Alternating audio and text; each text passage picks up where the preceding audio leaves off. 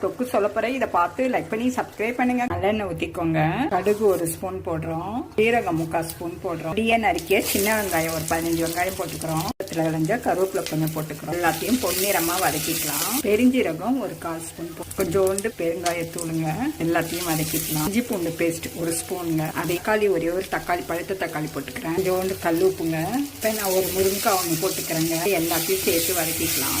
முருங்கான்னு எடுத்தோம்னா கர்ப்பிணி பெண்கள் சாப்பிட வேண்டியதுங்க.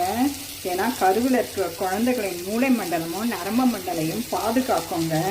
நரம்புகளை பாதுகாக்கும். பிரச்சனை, முட்டி வலி, அந்த மாதிரி தேய்மானம், எலும்பு தேய்மானத்துக்கு பிரச்சனை தீருங்க. இது கால்சியம் அதிகமாக இருக்குங்க. இரும்பு சத்தும் இருக்கு.